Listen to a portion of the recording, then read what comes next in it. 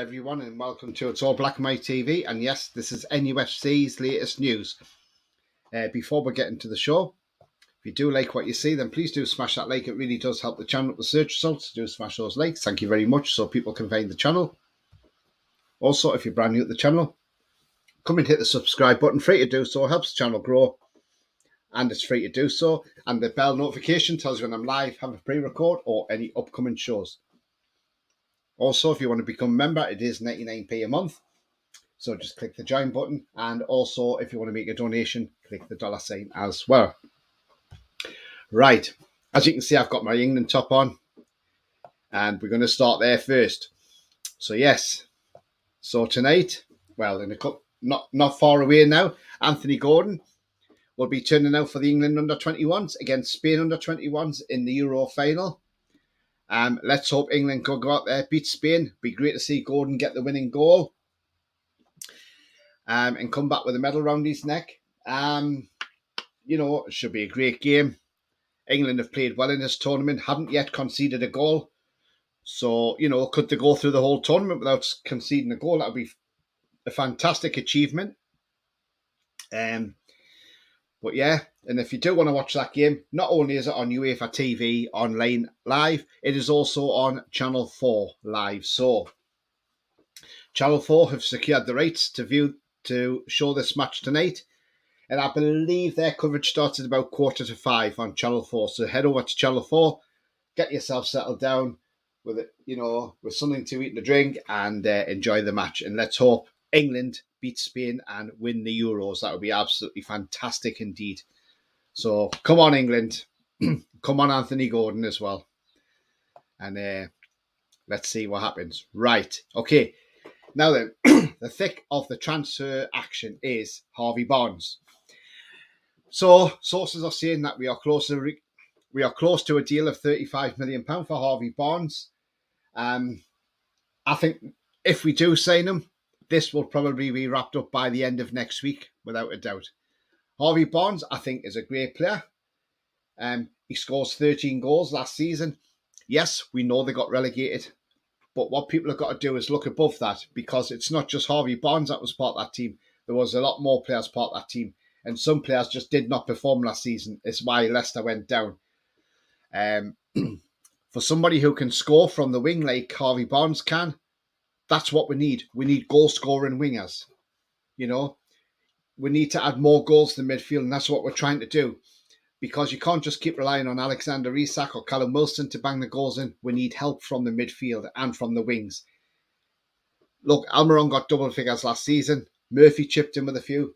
ESM had a couple. But we need more than that. And that's what Harvey Barnes will bring. He'll bring goals. He brings assists.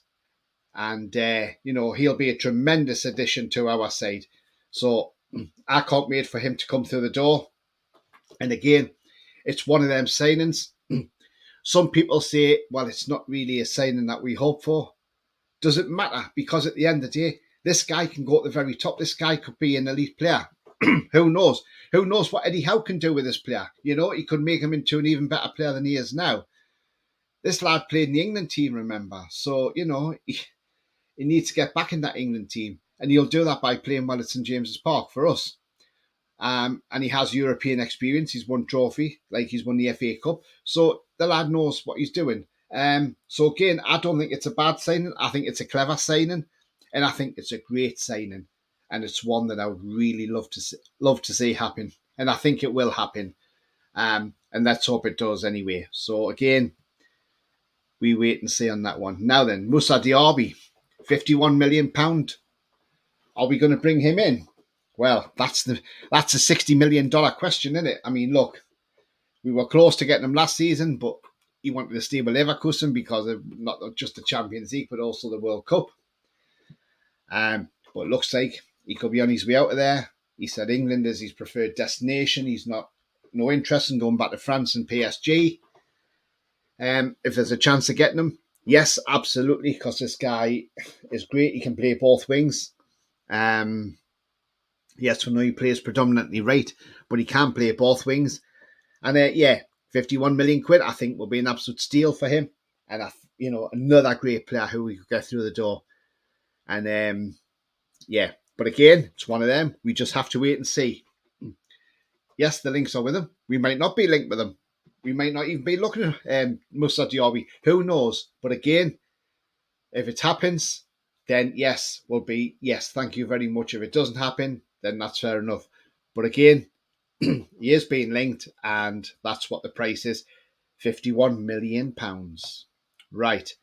Next player being linked is Federico Chiesa. Now, this one is gathering a little bit of pace of late because not only do we know we're quite friendly with his agent as well, but it has been noted that his agent is actually the same agent of Ivan Fresneda, who we were looking at, the right back from Spain. So, but again, Chiesa, does he want to play for Liverpool?